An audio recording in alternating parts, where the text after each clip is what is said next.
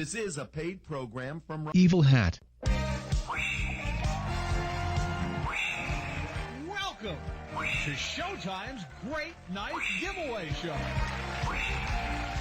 Hello, I'm Travis. I'm your show host today for a very special program. Today you're going to meet a man that some people call the Viceroy of Value, the Count of all things culinary. Most people call him the King of the Kitchen.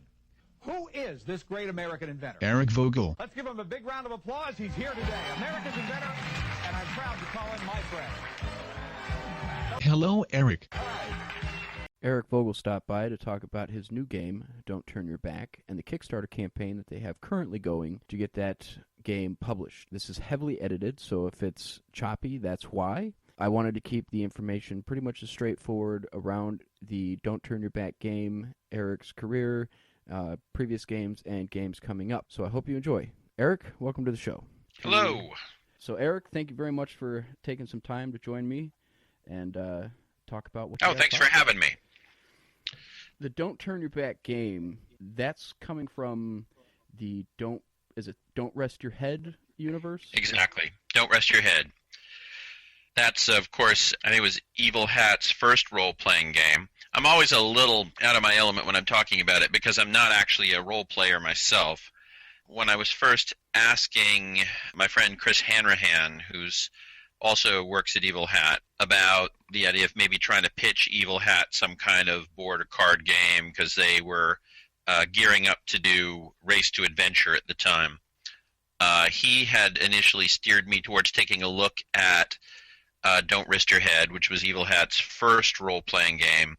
And I did really like the setting. You know, not being a role player, I couldn't necessarily appreciate it as a role-playing game, but just as a piece of literature in a really evocative setting, I thought it was great. It seems to me like their settings are quite sophisticated, even though their rules are pretty streamlined, which I appreciate when I'm trying to absorb them. It always seemed to me when I would watch people playing Dungeons and Dragons from a distance, like a game of Dungeons and Dragons is about 90% looking up the rules to Dungeons and Dragons. And Evil Hat role-playing games don't seem to be like that.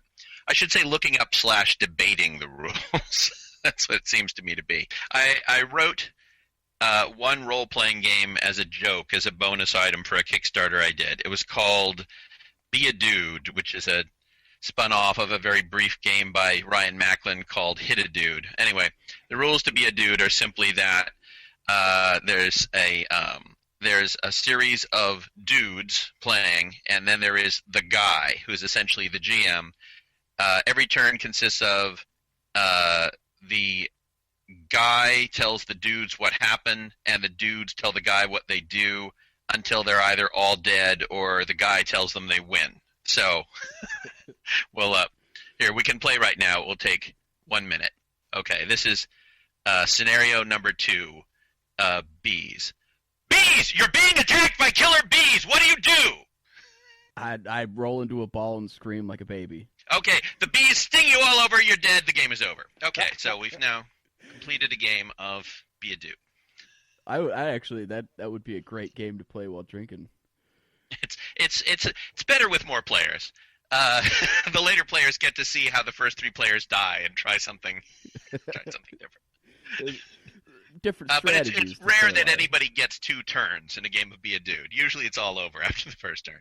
The premise of the Don't Rest Your Head role-playing game is that there are people who are chronic insomniacs sometimes miss so much sleep that they break through a kind of wall of perception and become aware of another world called the Mad City, and at the same time develop kind of almost dreamlike superpowers that they have while in this world. And they're able to keep going using these powers in this very dangerous world that is populated by nightmares until they finally sleep overtakes them and they crash, and then it's all bad. Or until they become nightmares themselves, which can also happen. So it's a very menacing setting. It's a very surreal setting in a lot of ways. The powers that the players have aren't necessarily normal kinds of superpowers. They're bizarre things like a guy who can eat a bunch of broken electronics and crap out a cell phone or something like that. You know, it has that kind of ability. So my board game, it's a little bit. My game is to Don't Rest Your Head, sort of as Lords of Waterdeep is to Dungeons and Dragons. It's a board game set in the setting of the role-playing game in the universe, but it doesn't really happen at quite the same level of action. You know, it's not a party of people going through the setting like a role-playing game. Rather, in Don't Turn Your Back, the players are awakes who are competing for a chance to escape from the Mad City, and to do so they have to execute an elaborate plan hatched by one of the powerful nightmares of the Mad City called the Wax King. And so they have to do all kinds of complex things, manipulate other nightmares to get them to do their bidding to execute this plan. And so it's really a game more about the kind of meta systems of this world. It's its economy, its politics, all of that is kind of what it centers around. Can you tell me a little bit about the various, because there's quadrants and there's various things that you have to put. Sure. Each token, like you have character tokens that you put in those quadrants. Not exactly. So this is what makes the game distinctive. Is it's a distinctive synthesis of deck building and worker placement. So have you played deck building games like Dominion, that kind of thing before? I haven't got to play it, but I'm familiar with the game. Okay. And, worker placement games, things like Pillars of the Earth or Kalis or Lords of Waterdeep, where you're putting workers in spots on the board to get something. Well, the synthesis in this game is that the cards that you build your deck with are also workers. In order to activate them, you have to put them into particular quadrants of the board that have different functions. And so the same card does different things depending on where on the board you play it. So there's one area of the board where if you put the card there, it activates the card's text effect. And a different area of the board where if you play the card there, you get money to buy more cards. And a place you play cards if you're trying to get them out of your deck. And a couple of places where you play cards into majority control battles for victory points and other kinds of rewards. And a given card, most cards cannot be played everywhere. So there's a listing on each card of which realms it can play in and which things it can do. All of which you have to consider as you're buying more cards, figuring out how you want to shape your deck, etc. So that's sort of mechanically what's going on in the game. These days, more and more, there's a lot of pressure on games, sort of for the Kickstarter to design the game, is the way I would put it. That, the ideal game from a Kickstarter standpoint is one that's really modular in its content, so that you could play it with very little of the content, but ideally you want to play it with a lot of the content. And so, every tier of the Kickstarter is another big batch of content. And so people kind of buy their way through to the size of the game. I had backed a Kickstarter recently where I was looking at it, and it had some enormous number of optional decks, something like 20, something like that. And I thought, this whole game has been designed to fit the Kickstarter format, just to fit that modularity and have a structure with, that fits into tiers well. And I thought around this game, when I designed this game, because I didn't design it on commission for Evil Hat the way I did with Zeppelin Attack. I designed it on spec and pitched it to them. And I guess the problem with that was that I felt it was pretty much perfect the way it is. And I didn't want to try to bust it into expansions. The index between what the game had to have in it and what the game could have in it was fairly narrow, because it was a fairly tightly constructed game mechanically. So that didn't leave a lot of content that could be turned into stretch goals easily for the game. So that's partly why there aren't a lot of things like, back the game up to this level and there's an expansion, that kind of thing in it. In addition to that, I think that Evil Hat is looking at somewhat more streamlined Kickstarters. I don't really want to speak for Fred and Chris and Sean here, but my understanding of kind of their philosophy about it is that lots of little extras and things that Kickstarters often have is often where Kickstarters end up kind of losing their money, throwing in, at this level, and you get the Don't Rest Your Head keychain, and up this additional level, you get, Don't Rest Your Head fuzzy dice for your dashboard, and, all of those kinds of silly things. They really... Go ahead. I was just gonna say I've only backed a handful of Kickstarters at this point. I was kind of late to the game, much like our social media discussion before we started recording. But I have found it very confusing, and that's why I like the Kickstarter that you're doing for Don't Turn Your Back, is because you have everything's laid out in plain English. When you back it for this much, this is what you're getting. When you back it for this much, this is what you get. You back it for this much, this is what you get. And if we hit stretch goals, we'll be able to expand the game in a very specific way. And I appreciate that, because then I don't sit there thinking after I back it for a certain level, well, maybe I should have got the other one, because who knows if I'm going to get this other. and you sit there and then you're disappointed at the end because you didn't get everything and now you have to invest more money to go buy it at the store. Or however they do it. Assuming it can be bought at the store. Sometimes it can't. Sometimes the Kickstarter is the only place to get the tchotchke or whatever it is. And that leads me to my next question. Is this game going to be available retail? Oh, yes. It's going to be available, well, of course, assuming the Kickstarter funds. Right. It's going to be available retail. My guess is, based on the time frame for Zeppelin Attack, it would probably be available for retail sometime in like August or September is my guess, something like that, if it's fun. Because this game looks incredible. I don't mean to blow smoke up your rear, but this game does look my rear doesn't object. It's probably undersmoked in its current condition. mostly just cured. Yeah. Cured hams, if you will. Just a little heat there to cure it up. But this game does. I'm sorry, am I being too salty? Trying to be entertaining here. If you're going to give me all this airtime.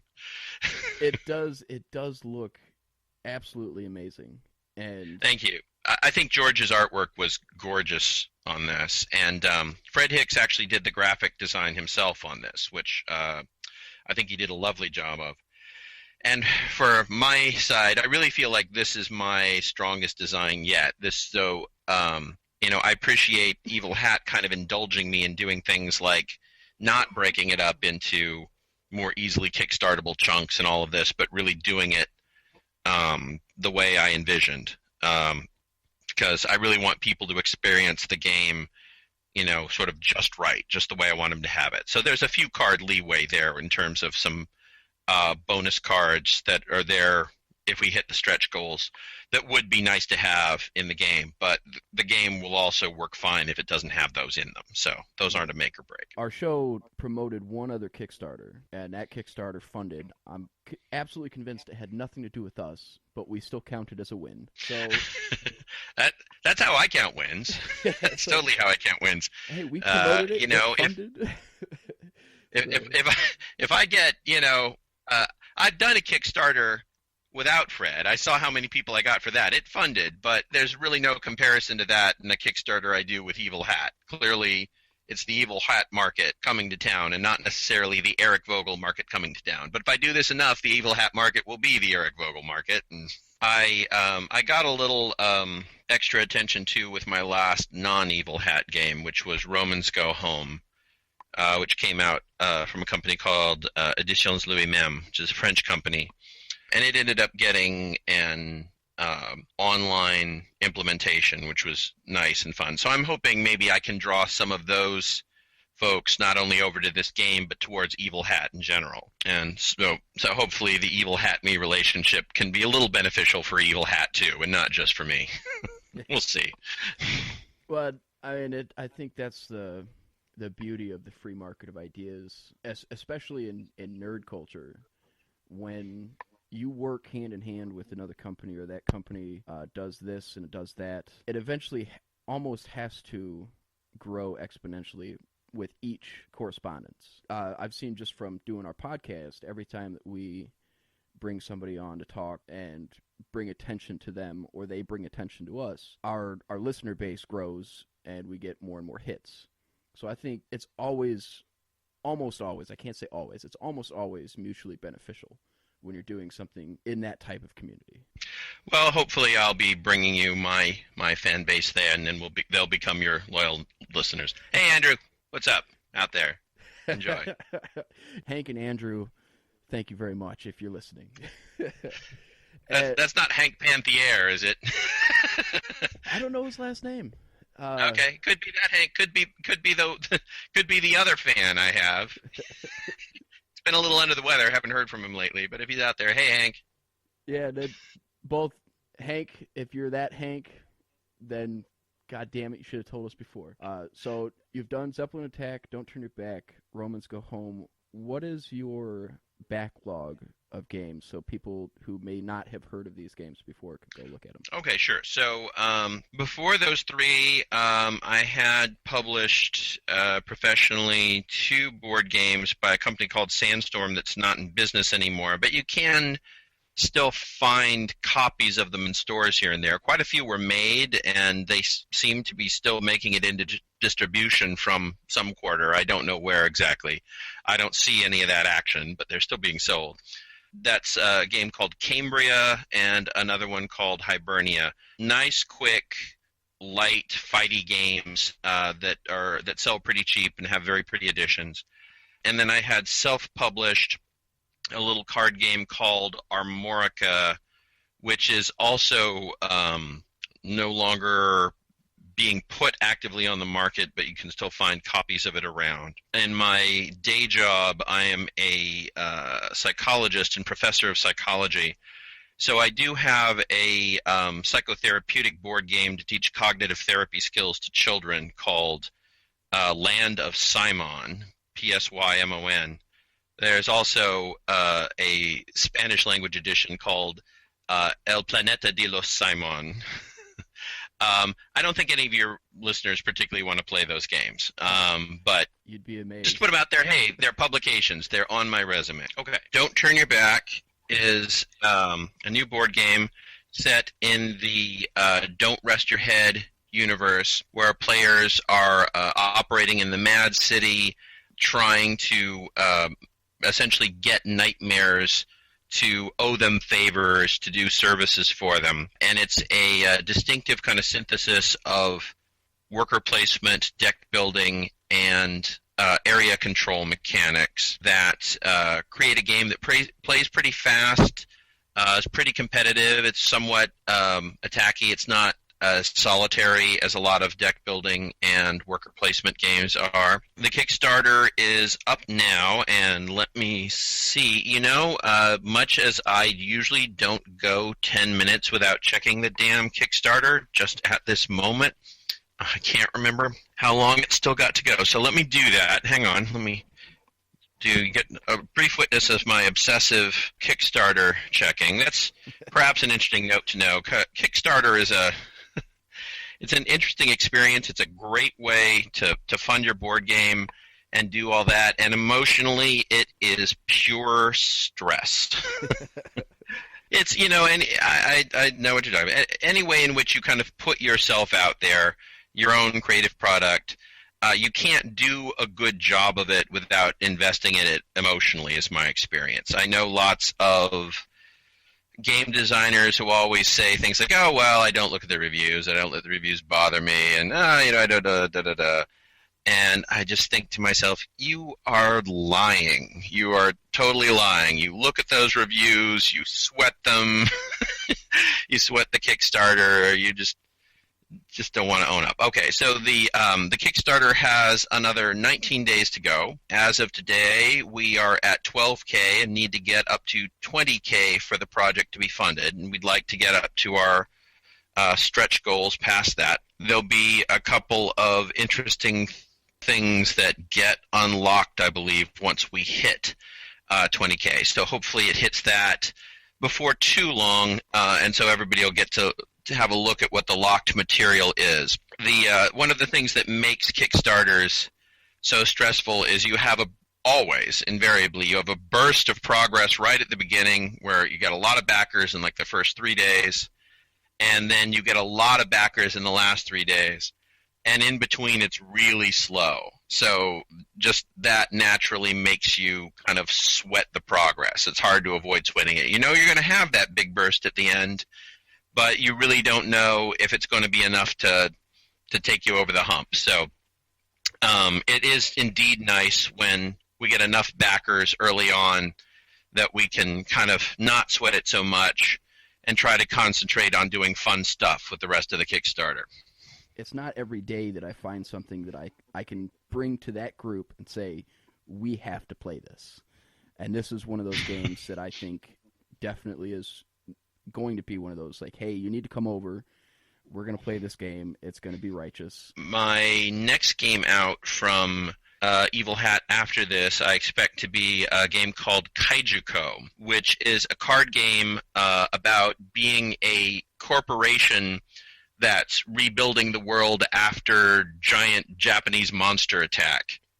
And in fact, not even after, because the monsters are still stepping on your buildings as you're building them. But your goal is to essentially rebuild the earth, destroy the monsters, and make consumer products out of the destroyed kaiju. So kaiju skin handbags and kaiju extract male enhancement creams and things like that. So that sounds exciting as well. And will that be a purely a deck game? It's a card game, but it's not a deck builder. It's actually a tableau builder, a little more like Race for the Galaxy or something like that. Okay. And it's actually a little bit like London and a little bit like Machikoro. You're building buildings, and they produce income for you in kind of a distinctive way. But I'm looking forward to that one in particular because that's really the first game that's given me kind of full license to sort of use my humor in the game theming. You know, there's little places where there's something funny in this game, or Zeppelin Attack has a little bit of camp in the theme, but this is the first time I get to do just kind of full-on jokes in the game. Would that be kickstarted, or would that just be a straight-up release? I don't know yet. I don't think Evil Hat's plans are totally firmed up in that regard. So it certainly could be kickstarted. But it's also a game that is on a small enough scale that they could conceivably decide just to print it and not kickstart it. So I assume that will be one way or another in the hopper for next year, although we haven't really talked about time frame on it. But that will probably be the next Evil Hat project you see from me. If you have questions, dear listeners, if you have questions on how to get a hold of somebody from Evil Hat, how to get a hold of Eric, how to get a hold of any information, Eric, how do we do that? Sure. So if you would like to get in touch with me, you can use the email for my game design house imprint, which is Vainglorious Games. So you can go to vaingloriousgames.net because I'm too cheap to buy .com. Or you can email me at inquiries@vaingloriousgames.net. Or feel free to look up the Vainglorious Games Facebook page or just friend me on Facebook. Always happy to get new folks over Facebook. And you can also go to the Evil Hat website, which is, excuse me one moment. Internet, you are so difficult. It's just evilhat.com. And there are contact links on there. Eric, thanks again for coming on, giving us some time, and we will be hearing from you again. So that's great. Thank you so much. I really enjoyed it. So let me know when you want me back. Best of luck with the Kickstarter. I know I'll be keeping my eyes open for it. Awesome. Thanks again. I really appreciate it. All right, take it easy, Eric. You too. Bye-bye. We now return to our regular scheduled programming.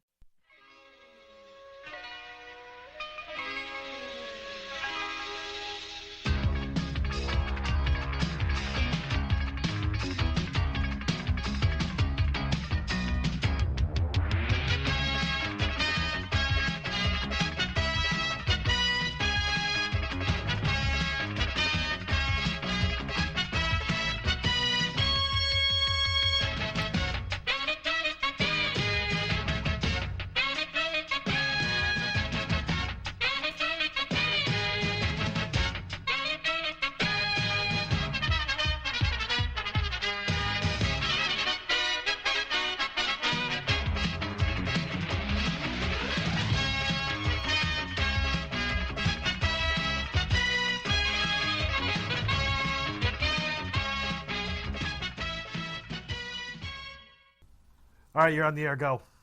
Welcome to the show, Hank. Hey, Hank.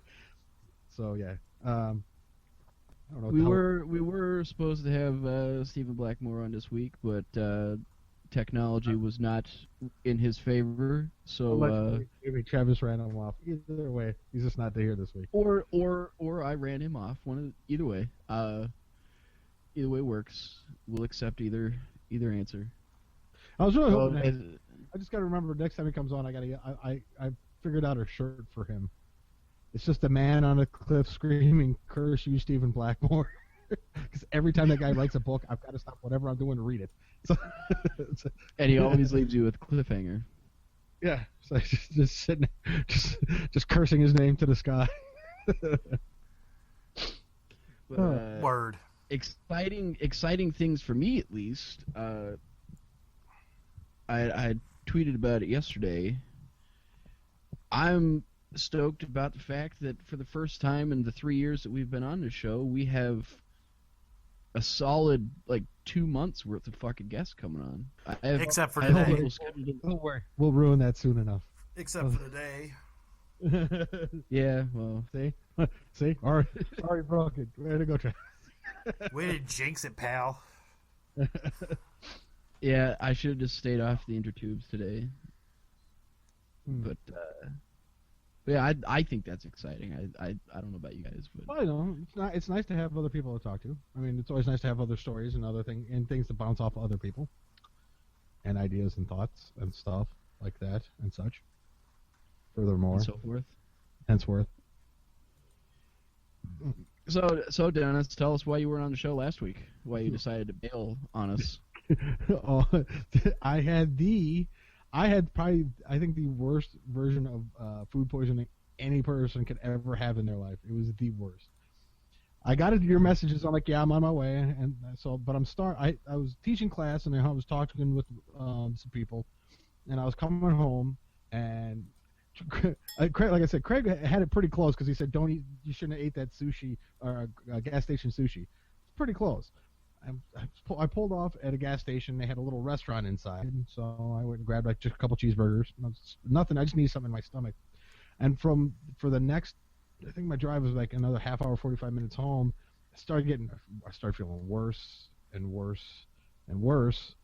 By the time I got home, I was stumbling into the house to hit the bathroom, where I started vomiting, stomach cramps, muscle cramps. I literally couldn't get off the floor, and I was there until about 2:30 in the morning, vomiting. Then I got to the point of vomiting blood, and that was just a great day. Let me tell you, that's how I really wanted to spend my day.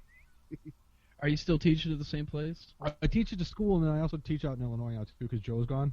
So I took over some of his classes out there. Well, where were you at? Were you at the school, or were you out in Illinois? Oh no, I was in Illinois. So. I'd say, because if it's in the same place that you were before, Jimmy John's is on your way, man. Oh, I know. No, it had. There's a White Castle right next door to the school. If I was that hungry, I could have just walked over and got it. No, I was driving down the highway coming from Illinois. So, again, I don't know. You would think after all these years, you would know not to eat gas station food. Well, I was starving, dude, and I didn't have a ton of cash on me, and I was hungry. And sometimes you just gotta, just kind of live with the devil you got. Then why didn't you get a frozen burrito? They always have those fucking bomb frozen burritos. Those are fucking those are sterile. There is no nutritional value. It'll fill you up. It won't kill you.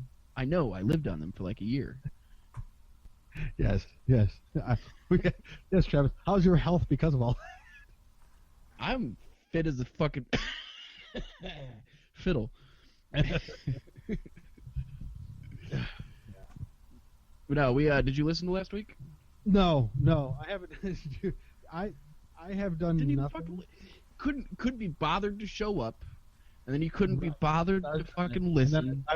I've worked this week. I've worked something like 70 hours, so I'm kind of tired. You could have listened while you work, but that's probably for the best anyway. I'd probably lose clients if I tried to play. Get off they just leave. My clients will just go, I don't know what the hell this is. This is crap. Get this.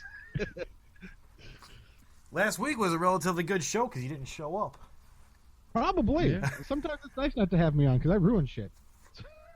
No, I think you would have got along just fine with Richard, or as I know him on the Twitter, Shecky. Fun. He's a little bit older than you, I think. So he's still got that like old school, like D&D, loves D&D. Mm. You know. I've been tempted to go buy the new edition. I really have. Like every I time. thought you did. No, not yet. I've been tempted, but I just don't want. I just can't force myself to fork out $50 for something I'm not going to use. That's from what I've seen. And if you bought it, and we could get a couple other people, we could start our own group on fucking Roll20 and just play online. That's true. Just email Gary Gygax and he'll send you a copy. Huh? Just email Gary Gygax. He'll send you a copy. From his grave. Yeah. Why not? What I'm liking so far about 5th edition, I didn't buy the monster manual just because you don't need it. They have a monster manual, but you don't need it because they give you plenty of monsters in the core rulebook. They give you there are 2 DM. There's a DM manual, and then there's another one that's a DM manual, like an abridged version plus a quest or 2. Mm-hmm. So I like basically all you need really is the core rulebook, and then whoever's going to be the DM needs the DM manual. So far, like they haven't overwhelmed you with yet a tremendous amount of books. Yeah, because one of these days before we come on the show, I'm gonna grab all my gaming books I own, like just all the D&D books I have, not just D&D, but there's like just any gaming series I have, just to show you that I literally have stacks like as big as my torso full of fucking books that I've never fucking played but that I own. I got stuff from I got a role playing game for the Wheel of Time series. I got stuff from the original Lord of the Rings, Middle Earth role playing. I have shit everywhere. Never once got to play any of that shit. So, like I said, well, that's your own fucking fault because when I lived there, we could have been playing all the fucking time. But no. Yeah, but it was 5 years before you talked to me. Let's not get into that whole fucking fiasco again. So, Craig, any new video games you're checking out? Nope. Let's get a little more modern. I was playing Mass Effect 1. Have you ever played them all? No, I've never played any of them. Dude, that's a great storyline. Yeah, it really is yeah. a good story to play.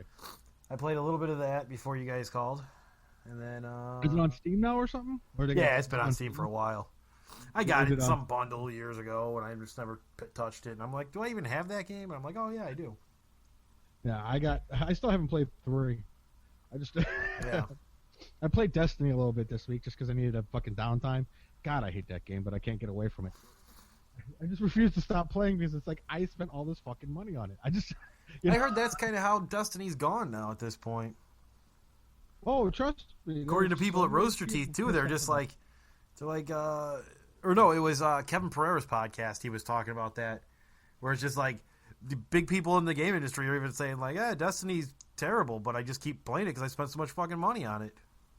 Yeah, no, that's exactly it. I like right now, there's another DLC coming out, and I guess allegedly it's not coming out until second quarter, which means I've got to wait maybe until June, July, August. June? No, it's April, May, June. Yeah, still. Yeah, so like it's somewhere between April and June, they're gonna drop the new DLC. And that's all. And I bought up to that point, so I don't want to stop playing until I get that one. Yeah. After that, I might just toss the fucking thing out the window because it's now become so repetitive. I'm at the top again, and I got nothing to do until the next one comes out, and then I have to start over from scratch because that's what they did the fucking last time. So I'm like, I don't want to play. I know guys on there who have every single exotic weapon and every single exotic thing you can get. I'm like, well, that's great if I played and did nothing else, but even for me as a part-time guy anymore, it's gotten boring. I wouldn't mind. I've been thinking about getting that new Dragon Age. I think might be my next game. I hear that Dragon Age Inquisition's supposed to be pretty good, or possibly Evolve. I thought Evolve was kind of neat too. No, I saw enough of it. Not really. It doesn't seem like it'd be long-term fun. It just looks interesting because you get to play. You can play a monster too. It don't even have to be part of the team. You can be the monster. Yeah, but it's all online, and it's just like I don't know. It just didn't look. It didn't look good for something to play when you just got some time to kill.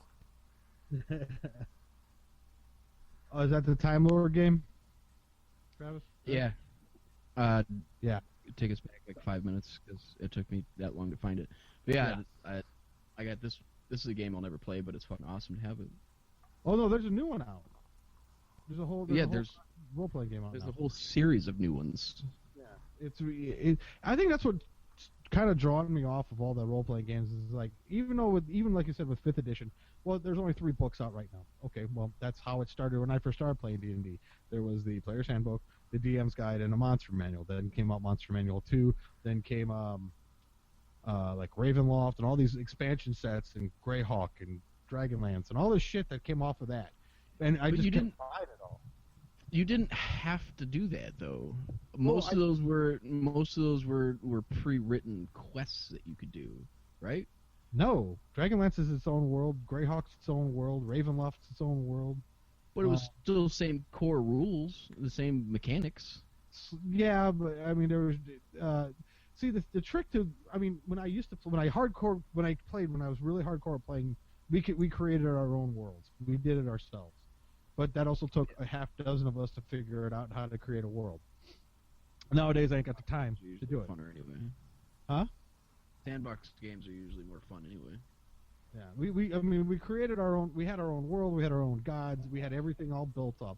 It took us a while to do it. And this was like 3 years of doing it just by ourselves, which is pretty impressive for a bunch of high school aged kids. So, but we were so involved in it. That's what we did. That was our, if we weren't out skateboarding or something, playing D&D. So, that's. But I enjoyed it. I enjoyed it, and I wouldn't mind playing again. But like I said, even if you got like the 3 main core books, the Monster Manual, so you can make some different characters and monsters, and then got the DM's Guide, and you're still spending almost $200. And that's what I mean. Right now, I ain't got $200 to fuck with. Yeah, that's true. That's basically where. Maybe after taxes, and I fix up some shit in this house. That's where I was sitting when I ran into the Kickstarter for Don't Turn Your Back. Looks like a fucking amazing game, but to get the full thing, the full print of just the game is $40. And then there's three levels. There's a $1 level, a $40 level, and a $100 level. Mm-hmm. And the $100 level comes with the RPG, the Don't Rest Your Head RPG. It comes with a copy of the Don't Read This Book, which Stephen Blackmore had a story in. I think Chuck Wendig and a couple other people had stories in it too. And you get a whole shitload of stuff in that. But I was just gonna go for the $40 one, and I was sitting there thinking, man, I can't even fucking do that. The way my financials are sitting right now, it's like until I could figure out a way to get back on top, because this fucking house. Oh yeah, I understand, dude. Well after my mom passed and I was kind of willed the house. I curse her name sometimes. Because I go, what did you leave me? I walk around like, this wasn't like this yesterday. God damn it, I gotta figure out how to fix it. I found out that we had black mold under the sink. Oh, that's always great, right? Yeah, that was fucking an amazing find. I was super excited for that. So I had to tear out all of our bottom cabinets and then cut the piece out of the wall, and I can't. Now I'm at a standstill. Now I have a fucking trash bag taped over it because I have to take the insulation out too because it's got mold on it. I sprayed it down with white vinegar to kill the mold, but I have to take the insulation out. I just cut the mold out of the wall, tore all the cabinets out. Did they get it into wood at all? I think there's some in the wood, but I could treat the wood. Yeah. Like I don't have to tear that section out. I don't think. I think I can just treat it. No, I told you about did I tell you guys about the drywall fiasco in my garage, right? Mm-mm. No, it was when we had that heavy storm like a couple weeks ago, or a week or two ago. Yeah.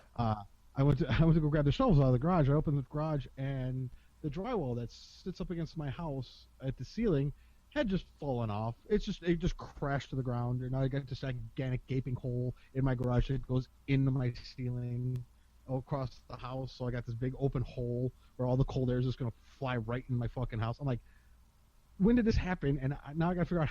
I'm like, and I'm not a drywall guy. I suck at drywall. So I'm like, how the fuck am I gotta figure out how to fix this myself. So I'm like, so that that's I'm like, I can't do it until spring because it's too fucking cold to sit out there and try to get drywall up in the middle of fucking winter when it's like -3 outside. So, hooray! That was awesome. So I love having a home sometimes. Yeah. It is 9 degrees, dude. I don't know what you're complaining about. You should get out there and 9 get degrees it. today. It's 9 degrees. Get out there and get it. Don't be a pussy. It's okay. Well, my brother-in-law has my torpedo heater. Maybe I can get it back from him. Just shut the door. Be pissy about it. But Actually, for you, like that part, honestly, just looking at the fucking shit that I have to tackle, if you rent a drywall lift, like you can rent one for a day. Mm-hmm. Go in one day, like if you have a Saturday and Sunday, go in on Saturday, knock the rest of the fucking drywall down, get it back down to just bare timbers. Sunday, rent a fucking drywall lift, and get your garage is a 1-car garage, so you're probably gonna need at most like 5 sheets of drywall. Have your brother-in-law come over, or if Craig ain't doing nothing, offer him some beer and whatever, and just put it up on the drywall lift and fucking. You don't need to tape it, really. You don't need to mud and tape it right away. No, actually, I don't think it was even all that mud and taped at all. Anyways, I'm gonna figure out. Like I said, I got guys that can help me, but until winter's over, I got really nothing to do. So anyway, because I got to clean out the garage. I've cleaned out some of the garage, and I gotta clean out more. And yeah, it's just thinking about it. It just gets overwhelming the more I think about it. I just stopped thinking about it. I really did, because every time I start thinking about it, I just go, I shut down. It's like overwhelmed. Yeah. I had that moment last week when I was trying to figure out how to get rid of the mold. Because now I have all these broken pieces of cabinetry, and I have all this fucking drywall with mold on it. I still haven't torn up the carpets to start laying my floor yet. And I was like, well, I'm just gonna I'll just rent a dumpster for a day or two.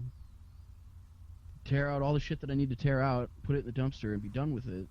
And then I looked up the dumpster, and it's fucking $600 base cost. Yeah. Yeah. And I was like, fuck my ass. This is just, it's too much. Yeah. My sister came up with that idea for the house. Why don't we just rent a dumpster? I looked at her, I said, you gonna pay for it? Oh no, you keep saying we. It's not we, it's me that's gonna do it. Stop this we bullshit. What we need to do is we need to shut the fuck up, because I'm the one that's gonna take care of it. But yeah. Bet you miss your truck now. Me, I have a truck. I got a 4x4 truck.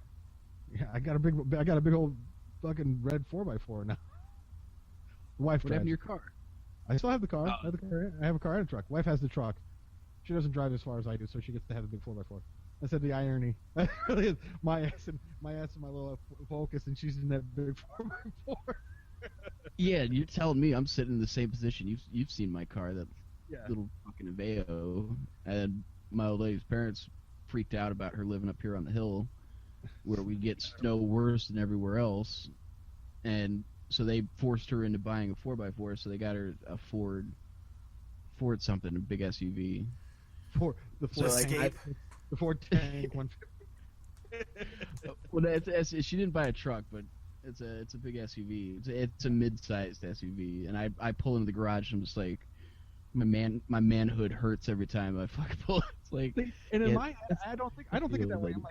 I'm just like, I would drive the truck, but it's like gas mileage, dude. I drive at least an hour, 2 hours every day. It's like I would kill myself in that truck. Where my wife maybe drives an hour or so, like total. So I'm like, she can go almost a whole week without getting gas. I gotta fill up twice a week. So I mean, where's the, in my head I'm like, hey, it works out, but it's always the humorous. We've talked about it on other shows about smaller people driving bigger vehicles. It's just amusing. Yeah. Well, it's just your significant others have vehicles to match their personalities. Yes, that is true. It does match my significant other's She's personality. definitely tougher and better than you. So. No, if her vehicle were to match her personality, it would need fucking a big, like, cow pusher plow on the front with spikes all over it. It's just cow pusher. I could see that. Yeah, the brush guard and absolutely insane. Yeah, she's crazy. Have to have the hood with the big blower sticking out of it. Yeah, I can see that. But okay, so I wanted to talk about something last week, but considering I died and came back, I had to. I found this story, and I think, Travis, you'll find this amusing, or interesting. Not so much amusing, but interesting. There was a study done by gotta find the doctor's name. Give me a second here.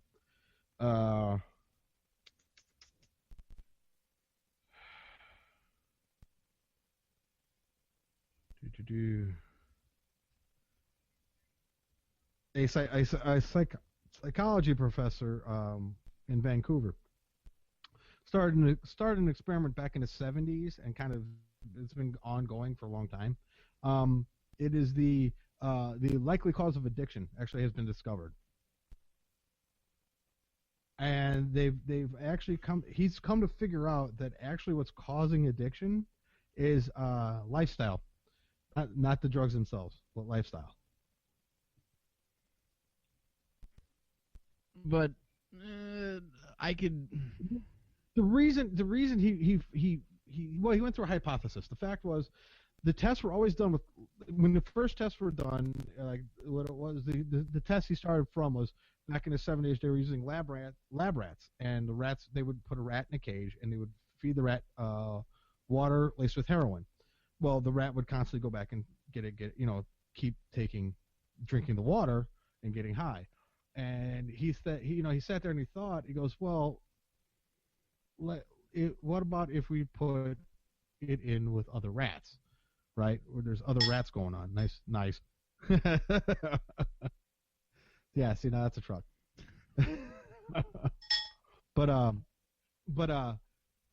So he kind of created, like, I guess he called it Rat City, where he just put he made he had more rats in with other rats, just so there wasn't by himself. And they had one bottle with the heroin in it, water laced heroin, or water, with heroin, and then ordinary water. The rats wouldn't drink it because they were actually being more psychologically. They were happier because they were around others and actually being in society. And the idea behind it was, and he extrapolated the idea, and as the story went on, I'll send you the story. The idea is that most people who are addicted to drugs are unhappy, lonely people, and they're looking for ways to get out. And it's not so much the drugs, because he overlooks he overlooks the hundreds of thousands of people that have very full, social, happy lives. On apparently, on the surface, very full and happy lives, very social individuals, right, that become junkies. Yeah, but because they're personally unhappy. That it's because they're not happy. That's why they go onto the drugs. Travis, think about it. You and I have talked about how much we used to do drugs when we were younger, right? I did drugs so I could stay awake at night, so I could go skateboard. Right, but did you have to go to rehab? Or did you just decide to stop? I just stopped. Yeah, so did I. I stopped because I got tired. But I looked at it. I moved on. I did other things with my life. I made myself a better person, and I think that's what he's getting with, is the fact that. And he talks about it because there's people, like, he goes, let's put it this way: in the hospital, you break your hip, All right, you go in for surgery. They give you liquid. They give you medical grade heroin, opiates to keep you sedated so you're not in pain. You leave the hospital, once you get healed and leave the hospital, are you still on those opiates? Usually not. 9 times out of 10, you're not. So I mean, it's the same goddamn thing. So where's the? You may or may not have become addicted to them, because addiction, psychologically, that might be a reason for addiction, but biochemistry would tell you otherwise. Because if you go into the hospital and they pump you full of morphine or opiates, and you're on it for several weeks, your body becomes dependent. Whether or not you're still in pain, your body becomes dependent. Your biochemistry becomes dependent on that chemical. So psychologically, yes, I could see the truth in that hypothesis. But you know what we should do? We should save this for that psychologist that's going to come on and actually discuss it with him. I bet you anybody he would have a better answer than us. Yeah, that's true. That would be a good topic when we run out of things to talk to him about. Background. Huh? That's it. We'll just put that one in the background. We'll just back burner. We'll set it over there in the corner, and just hopefully we'll remember to pull it out when he's here. Sometime that will burn the pan, and then we'll just have to throw it all out anyways. So. I had some interesting shit going on, but since we're all, I'm not a union guy anymore, and Craig's a union guy, and Travis, you're a union guy. The strikes across the street or across the country from the steel workers. Opinions, comments, gentlemen? I don't know. Craig, no offense, but I think unions are an outmoded dinosaur that need to go away for the most part. I know your union is pretty good. I'm no longer a union person. My shop's non-union. I muted him for that one. He muted him. Shut him up. How dare you, sir? Fucker. I didn't hear anything about the last thing I heard about was there was strikes on the port. Oh no, there was it 3,000? Craig? Was it 3,000 people struck? BP's on strike. All the union steelworkers at BP are on strike, in both Indiana here and in Ohio. Yeah, I know, like in Texas and a couple other places, they're striking, and I know why. I know why. Safety regulations, I think, is the big one, wasn't it? Yeah, that, and they want to keep the contractors out of the plants. Yeah, see, that's I'm not okay with that. Like, and they ain't gonna get away with it because they're gonna keep trying that one, and then it's gonna turn around and bite them when everything goes to shit and they can't keep it running. Right. Well, I mean, it's kind of a. I'm with you, Craig. We were talking before we started the show. I'm kind of torn. You are. I see where they're coming from, because when you guys leave, they're the ones that've got to keep working on the stuff. So them to learn more, make sure the safety precautions are still there and everything. You know what I mean? I get that, but it's still specialized jobs too, because your job's specialized and everybody, Right. So I mean, I'm kind of like I said, I'm in between with it. I mean, I think they have a right to bargain and be like, look, we should have, you guys are having us work crazy hours. You don't hire enough people. We have, some of the safety equipment is outdated and outmoded and needs to be, you guys aren't want to pay it. You need to fix it, So I mean, I see that, but I don't I'm with you on the fact that sometimes you need the outside independent contractors to come in to do certain types of work. It's just the way it is. It's been in all the mills. I've always seen it. I don't know why here or anywhere else would be any different. You know what I mean? Yeah. Yeah. So that includes you, because you're technically a contractor, Craig, aren't you? Yeah. So not technically, exactly. That's exactly what I am. Technically, exactly. So what? The steelworkers want to start picking up, no. Like do they want to be Boilermakers too? They want to be fucking. Depending on where you're at, because the millwrights in certain mills, they can do certain to certain grades of pipe work, right? I mean, that's not how that Yeah, works. well, the mill hands they can do pretty much anything. It's just they don't have the manpower to usually do the bigger jobs when they happen. Right. And that's where right. we come in the picture. But see, the thing is, when what's happening is a lot of these plants are starting to downgrade the amount of people they need. They just keep around enough to keep it running, which makes sense. They don't think that should be the way. They think they should have it so they could do all the work inside the plant as well, which is never going to happen because you'd have to have hundreds upon hundreds of guys on call who wouldn't work until a big project came up. Right. But their problem is, through bargaining, our different unions have got to the point where we're making more than they do.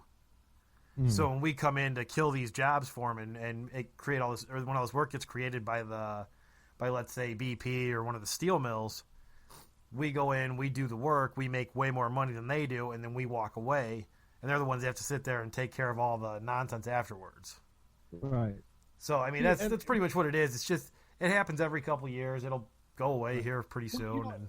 In my head, I because even when I worked in the mills, you see you guys come in, I knew you guys made more, but I also still had a job. You might not have one after that. That's why I always looked at it. Yeah, you might make more, but you might not work again for like 3 or 4 months. Whereas I'm working solid for the next 3-4 months. So it always evened out to me, Yeah, maybe you make like say $50 an hour. I only make like 25, but in that time when you stop working, I'm still working. My money still catches up to yours sooner or later, anyways. Right. It kind of evened out always at the end. It's how I look at it. Well, see, the problem that BP's having, what a lot of these guys that caused a lot of this. I mean, yeah, there's other issues too. It's not all black and white like we're talking here, but right. What they saw was we were in there for 4 or 5 years solid. Yeah. Doing these projects, and that's what's really. It's like, well, 5 years later, a lot of these guys are brand new, don't know anything about it, and they're willing to jump on the support bandwagon for the 3 jerk-offs who decide that, we're going to make this all about this issue, Right. So. But no, and that's what I mean. I mean, yeah, you guys were there for 4 or 5 years, but now, now you're not working. Those guys who still work at BP are still there. Yeah. Their job didn't go away. They're still working. I know people who've quit their trades to go work at BP. Yeah, because it was steady work, right? Is that what? Yeah. I mean, sometimes that's kind of it can be more important, even if. I wish more of them would do that, and we could get rid of some of these guys that are fucking. There, but then you. Well, I wish more of the guys would retire too. I mean, maybe this is going to get me in trouble for saying half of this stuff, so I might cut it out. But I doubt it. I mean, it's a free speech. I doubt anybody actually listens to this. Yeah, that's probably true. And even if they did, we can just say I said it. I mean, what are they going to do? Fire me? I don't care. Go ahead, fire me. I'll take the pension. Whatever. Give me a card, then you can fire me. I'll just take. See, and that's even when I was union, I struggled with the idea because unions came in and gained power because we lost the guild we lost the guild way of life. We've always had trade workers, and then as people started there's always going to have to be a skilled trade. Yeah, and as people started congregating more and more towards cities, the guilds were being broken apart. It didn't fit with the modern way of life to have a guild. So as the guilds broke apart, and more the corporate concept came in, look at the book The Jungle when they talk about the meatpacking industry in Chicago.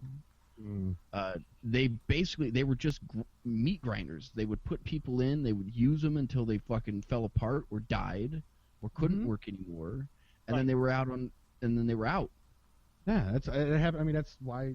So people unionized, and the union took the place of the guild, which the guild had the same concept of protecting the trade, protecting the people, and making sure that what you did was to the utmost of your ability. And that was the original concept of the union. Now, unions haven't really changed in the fucking since their inception. Oh, but you think corporations have? No, they haven't. Well, they have, but they've changed. No, for the they worse. haven't. They just do shit so they don't get their asses in a ringer by the unions that are willing to sue these big corporations. The corporations have changed, but they've changed for the worse. They're not changing for the better. They've changed for the worse. Now they look for shady and secret ways to get around to get people into the meat grinder. Did you watch that movie I told you guys about? No, I was watching something else.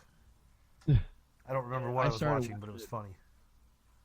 But I decided that was a little too slow for the time that you told me because it was like fucking 11:30, almost midnight. Yeah. When I got it, so I was like, but I watched Dead Part 2 instead. The idea behind it was that it was with globalization, corporates being considered their own persons, and with all the CPACs and everything else, that the middle class is being wiped out.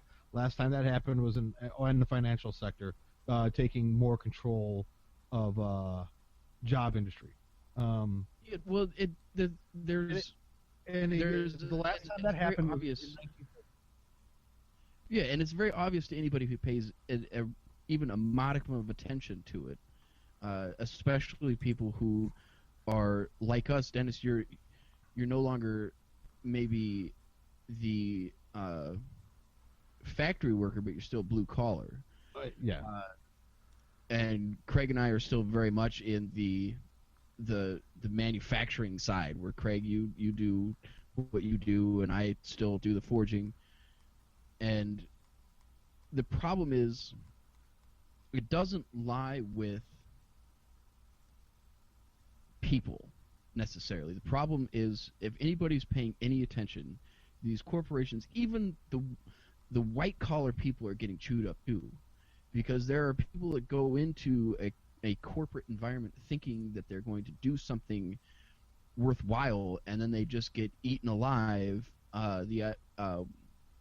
What's the Jim Carrey movie where he's a banker guy? Dick and Jane?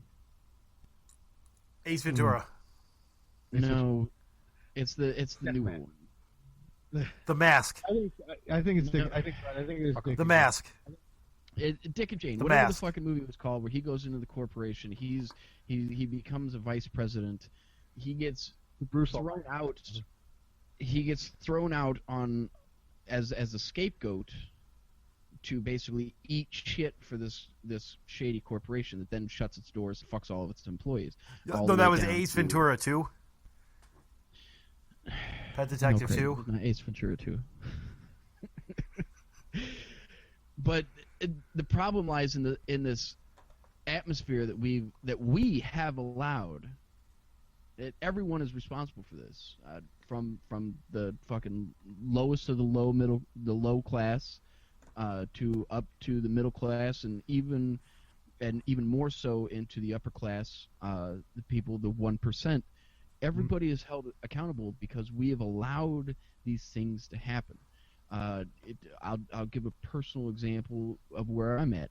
I have allowed myself to be led to a place where I'm now torn between my pride and who I am and how hard I've worked to know what I know and be where I'm at, and now I have to fucking watch my back every time I turn around because I might lose my job for some stupid fucking shit that doesn't matter. It doesn't reflect at all on my work and my capability and my productivity, but I could lose my job because there are people above me that feel like they have the power to threaten me with that. Whereas, why don't you tell them not to? 20 years ago, but that's just it. Like, I'm no longer protected by a union or a guild or a group of people who would stand next to me and say, this is not going to stand. So if I say, hey, fuck off, my fucking work stands for itself, and they say, well, there's the front door, we'll see you later, thanks for all your hard work, then I'm out on my own little rowboat all by myself. Why don't you go all Norma Jean and unionize that joint? I don't think there are whispers. But we have like 80 people in my plant, dude. You unionize. Like there's no union that's gonna. There's no union that's gonna fucking even give us the time of day. It'd be like whether you vote us in or not. Like you're not gonna, because unions are a corporation now too. Because in my experience, unions are run like an extension of a corporation. That's because of the last union you belong to. Check out the ones out there in New Jersey. New Jersey's supposed to be a big union organization area. Aren't you not even allowed to pump your own gas there? Yeah, well, I mean, yeah. It's fucking bullshit. I hate not being able to pump my own. Dude, gas. it's a union regulation. Fucking talk to them. Be like, we want to join your union. We're making shit. There's whispers of getting. Well, now that steelworkers are on strike, I doubt we would go for that because we wouldn't strike for stuff that they're striking for right now. But there were whispers of trying to get steelworkers in. They've already tried to unionize once and they voted it down. And there are a couple of dissenting voices where they would just say no, absolutely not, and they would stand against it. So we wouldn't be able to vote a union in not for another like 5 years until those voices retired. Or you help them retire. It's called a Louisville Slugger retirement plan. Ooh, I backed him over with my car. Oops. Oh, damn, he fell off that cliff. There's no cliff around here. Oh, well. I don't know how it happened. He must have been fishing in the wrong spot. But see, even with that though, like even with unionizing, I don't think I'd be happy still because there's still an environment. Travis, if you won $100 million, I don't think you'd be happy. If I won $100 million, I would be fucking. I would shit myself. I would explode with happiness. No, you wouldn't. No, Yes, I for a would. day or, maybe You wanna for know why? you'd be happy for about a day or two, No. and then pissed off the rest of the time. Here's why I would explode with happiness because I've thought about it because I still play the lottery, and I'm still hoping, and I'm still crushed every time I don't win or every time our group doesn't win. But I know exactly what I would do with the lottery, and I had this discussion with Gabrielle earlier today. Actually, I would not stop working. I would pay off the house. I'd pay somebody to come in and do all the shit that I want done to this house. I would help my friends in Greeley get their own building to run their bookstore out of. I would help Dennis get his fucking shit so he could have his own private business. Craig, I don't know what your aspirations are. I would help you too. I would buy my mom a house, and I'd buy a Tesla, and then I'd go to school, and I'd go to school for something that I wanted to do, and the rest of the money would be just put away. No, I'd still go for mortuary science. And I would become a more fulfilled person because I would actually be doing something that I enjoy. I hate my life. I hate everything about what I have to. I hate having to go to work every day at a place that I fucking despise. And not even it's not even the place. It doesn't matter where I'm working. I hate what I do. It's no longer enjoyable for me to go and beat the shit out of steel and make shit because I guess I've been at it too long. Like I don't see a benefit to me. I work my ass off. I'm destroying my body, and at the end of the day, nobody cares. Nobody cares except the people that I come home to or the people that I surround myself with, who like Dennis. You know, nobody gives a fuck about you, and Craig, you know too. Nobody gives a fuck about you and how hard you work. Because at the end of the day, when you go to retire, it doesn't matter if you're crippled and you're fucking worthless for the rest of your life. We got what we needed out of you. Yeah. So what are you complaining about? Yeah, we had a discussion about that at my job, about where I'm working right now at a franchise. I won't say their name, but McDonald's. McDonald's, yes. But we sat down and we were talking about it. I mean, we make more than your average individual easily, but That's what I'm buying if I win the lottery. For our audio listeners, Craig just prepared a private island. And just gonna live there and be left alone. It's $8 million and it's got 5 houses on it. There you go. And you're gonna own each one. And And it comes with 3 boats. and property to dock the boats on an actual island. With the 5 houses, I mean, you need 7, one for each day of the week. I mean, this is my Friday house. That's what you got to find. Man. Look And at that you know what? It's just motherfucker. the wrong shade of pink. I'm sorry. So Look at that. You got a beach with a thing. a beach with a thing. Gazebo. More things. Look at that's the inside of a house, I think. Inside of another house, or possibly the same one. Probably the same one. It's got I a can't patio.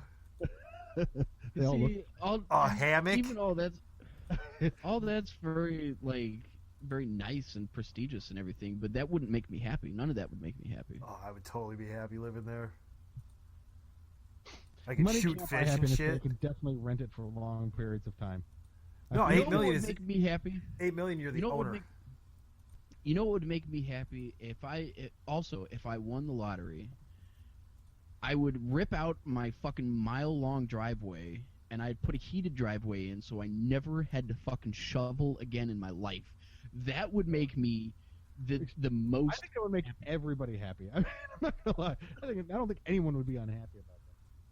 I fucking I was thinking about it today because I've had to shovel 4 times in the last couple of days, and my fucking driveway is ridiculously long, and I only get about halfway done before I want to fucking just shoot myself. I was thinking about it today. I was like, you know what? Riding lawnmower with a shovel on the front of it, you won't have to worry about it anymore. Well, It's got I'm a getting that gym. too. Yeah, I mean that's just wow. That's a nice gym. I would change something. Hey, look, like a massage table. Yeah, But it doesn't come with a masseuse. What's the point of having a massage table? I'll hire you, idiot. Oh, okay. Well, you'll hire me. Yeah. Fuck you too. I'll hire you. Look at Okay, that. same He's got thing? his scuba gear. Well, he'd probably let you shack up in one of his 5 houses. Yeah. No. There's a houseboat. See? I could live on a boat. I would live on a boat, dude. I totally would live on a boat. That'd be Look at that. It's got a bed. awesome. It's got a. Dude, I mean, seriously, area that's like with that's a some bigger Dove than some of soap. the apartments I think I've stayed in. That's bigger than the apartment I last had. Fuck. Well, anyways, like I was saying, we had a discussion at work. We figured it out. There's on an average day, there's about 10, 15 people working, and they make somewhere between $4,000 to $6,000 a day at where I work.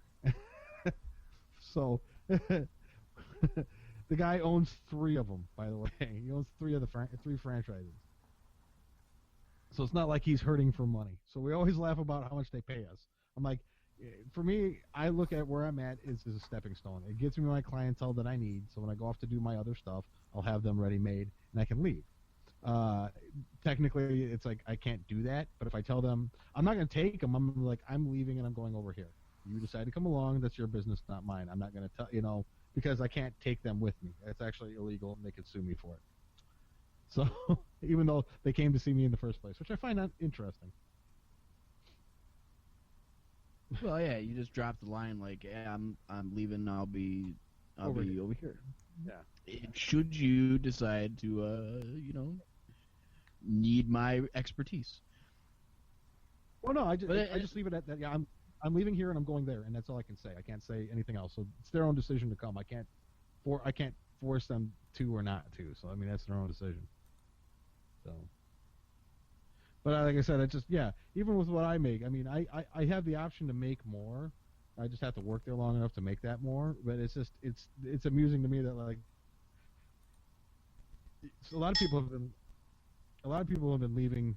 A lot of people have been actually leaving where I work because they've gotten better jobs where they're getting paid 2 to 3 times the amount they're getting paid. So. Why is everything acting like fucking weird on here? Dude, it's maximum overdrive. Get out of the house. Yeah. Remember that movie? Yes, that's why I said maximum overdrive. Oh, did you see the what's the name of those was that Pop? What's the name of the little bobblehead guys? The big head was it Funko Pop. Funko Pop. They're doing what's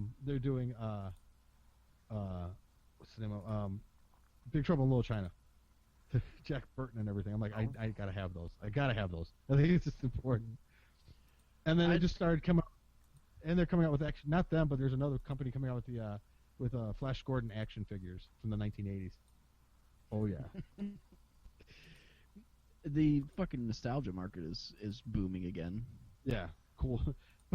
but the best part is it's nostalgia stuff that I grew up with, so I can go. I remember that. I can have that. I can get cool stuff from the '80s that they didn't have back then, and in better quality too. But you're also gonna run into the fucking. That's gonna be overwhelmed with hipsters too. Well, of course, but I've finally given up on trying not to be like a hipster sometimes because it's just an impossibility. Because trying not to be like totally a hipster is like being a hipster. It's the worst fucking thing. It's like this worst dichotomy. I'm not doing it because they're doing it. Well, now you're a hipster. Damn it. Not being a hipster is being a hipster, and that's literally how that works. Yeah, I guess that's true. You know, and it doesn't help that like all the shit that we're into already and have been for fucking years is now like hip and exciting for people to be into. Yeah. I'm waiting for the bottom to fall out. That's why I love 80s movies now. Yeah, I grew up in the 80s. I watched them all, so that's why I like them so much. You know. Did you guys see that Starz is putting out Ash and the Evil versus the Evil Dead, or is it Ash and the Evil? Yeah, Ash versus the Evil Dead as a television series. Speaking of nostalgia. Well, yeah, that's the and Bruce Campbell's going to be in it. Yeah, it's going to be him and like as an aged Ash. Yeah, it's like supposed to be set 30 years later. He's been trying not to deal with it, so and they come back. So that's what the show's set around. And I guess the first couple episodes are going to be done by Sam Raimi. So, it'd be worth it. I'd be more excited about that if Sam Raimi's last 5 movies hadn't sucked ass. But he's going back to what he knows. I mean, but is he? Is he really? Because they said that about fucking Drag Me to Hell, and that movie fucking blew donkey dicks too. Didn't he just produce that? Drag Me to Hell just reminded me of just another Evil Dead. That's all it did. I did like the fact that he went back to practical effects for Drag Me to Hell, though. Yeah, it was entertaining for that matter. For that fact alone. The storyline sucked, but you know, can't win them all, I guess. So you guys, so Travis, you gonna take your wife to go see 50 Shades of Grey? No. What's that about? It's about BDSM. That's all. No, it's not. It's that's the way that they frame it.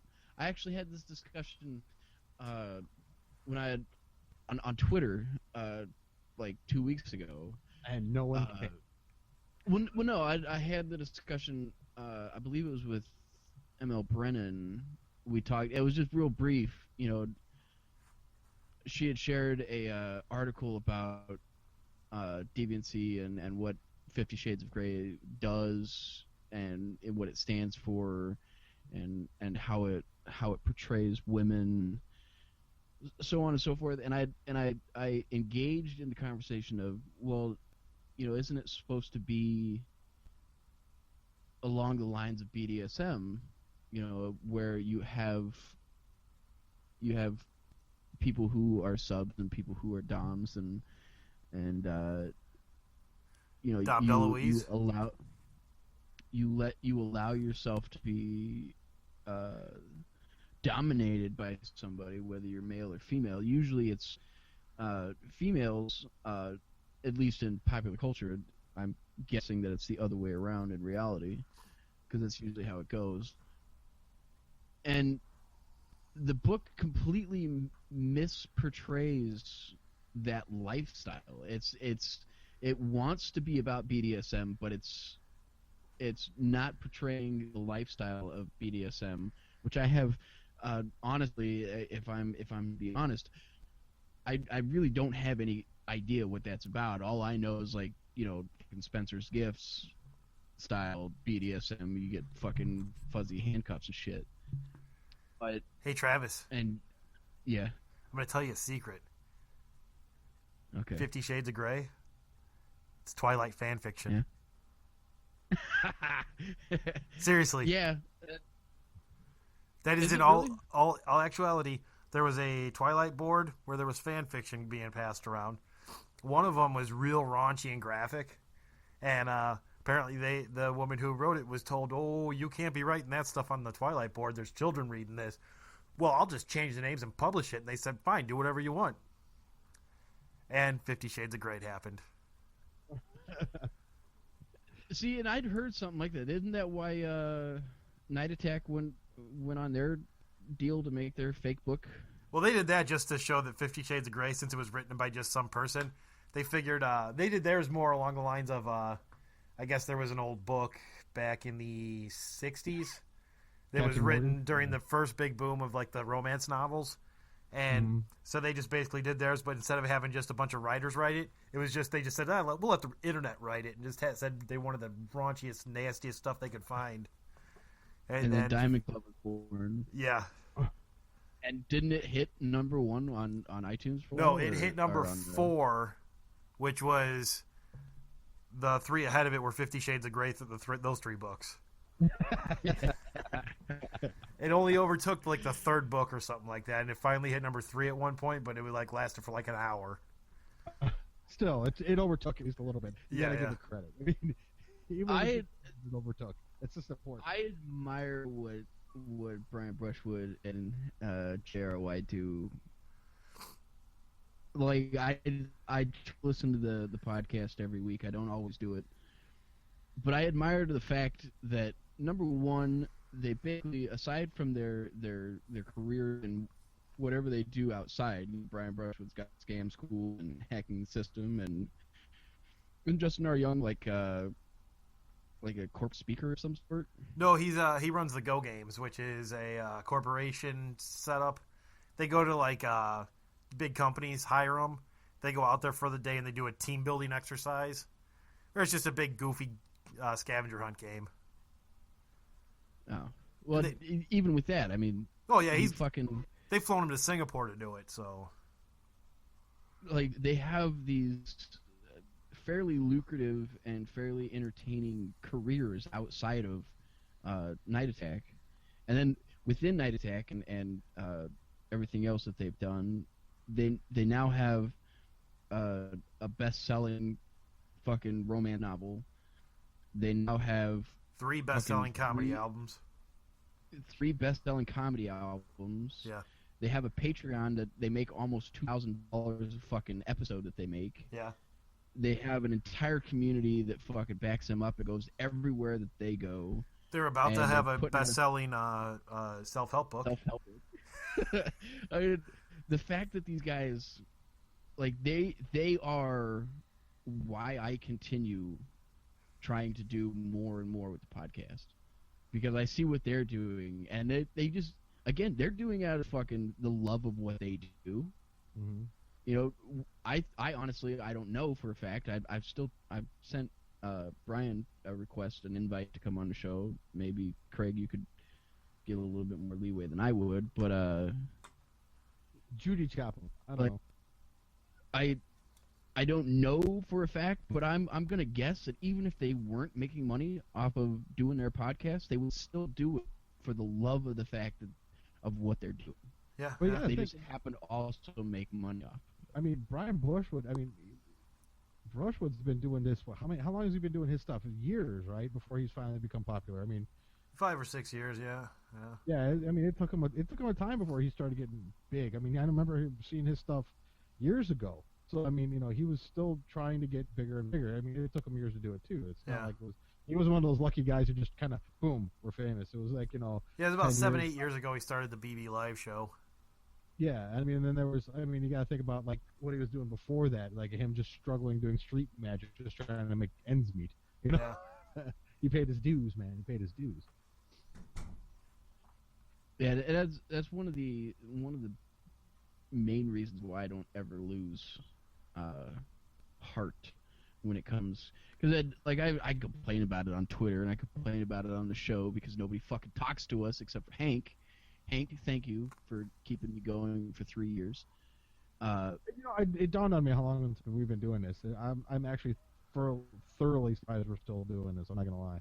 I figured one of us would have been like, "Fuck this, man! I'm not doing this shit anymore." Do you know how many times I've got close to that where I'm just like, you do that with damn near everything in your life. That's the stage, Travis. Well, because I set high expectations. You remember the conversation we had when we decided we were going to do the podcast. Oh, you wanted to be In, you wanted like- to be Rooster Teeth, which I just started laughing at. Like, Overnight, we were going to become famous because we got shit to say. People are going to fucking enjoy it. And then 2 years on, we got steady listeners, but see, and nothing. When we decided to start doing this, I set the bar so low, I almost tripped over it. I mean, I was hoping I got one listener. Wow, someone actually wanted to listen to what the fuck I had coming out of my mouth. Good job on you, sir. And that would be so Hank revealing himself was a great phrasing. Frank didn't reveal anything to me. I don't know what you're talking about. Not Frank, Hank. I said Hank. I said revealing. That's why I said phrasing. I don't want to. Oh. If he revealed something to you, that's between you and Hank. All right. No. Are we seriously at time already? Well, we got 23 minutes to add on at the end here. Oh yeah. I don't give a fuck. Oh, that's true. Yeah. So we're gonna cut this early, but everyone keep listening after the credits because No, it's gonna be before the show. no, it's gonna be after the show. No, it's before the show. So all this shit doesn't make any sense to people who are listening because you don't put a plug at the end of the show. You put it before the show. Well, a plug usually doesn't last 23 minutes either. Good point. This is a short interview we're adding onto the show, not a plug. Yeah. Yeah, that's true. It's a short interview with a plug. It's involved in there something. Initially it was meant to be 10 minutes, 5 to 10 minutes, and then as time went on, I talked to him for like 45 minutes, and I had to cut a whole bunch of good shit out. I cut most of me out. Just to get all the information and get as much as possible because I want to see this game made. So that's why, it went that far. But yeah, you put it at the beginning of the show. Fuck it, I'll put it in the middle because you two can't make up your minds. I said the end. I say put it at the beginning. Just fucking keep going. And I'm gonna plug next week too. It's not gonna be the same plug, but I'm gonna record another plug just for next week. That's gonna be like 2 or 3 minutes. So. Well, that one will go at the beginning, definitely. You put this one at the beginning too. I'm gonna put it in the middle. And confuse everybody with this I'll tell you what, conversation we're having now. You know what you do, Craig? If you really just want to fuck with them, just split it up into like 10-minute segments throughout the show, and then just no one knows what the fuck's going on. Just randomly throw them in. I do not have anything else to do tomorrow, so that sounds like a plan. Don't do that. In the middle of a conversation, a new story pops up. Who the hell is this guy? And then it just goes off, so then we come back to where we were. Fuck it. Don't do that. Dennis, you weren't here last week. You don't get a fucking say. All right, so that's it for the show, though. Now that I've completely derailed what I was going to say about Hank and him revealing, I didn't say he exposed himself. See, now I said you he just revealed himself. Is it? No, I did not say he exposed himself. I said he revealed himself. I said it again. Craig, did you not hear him say about Hank exposing himself? I'm pretty sure I heard it. Stop talking about Hank like that. Have you ever had a dream that you want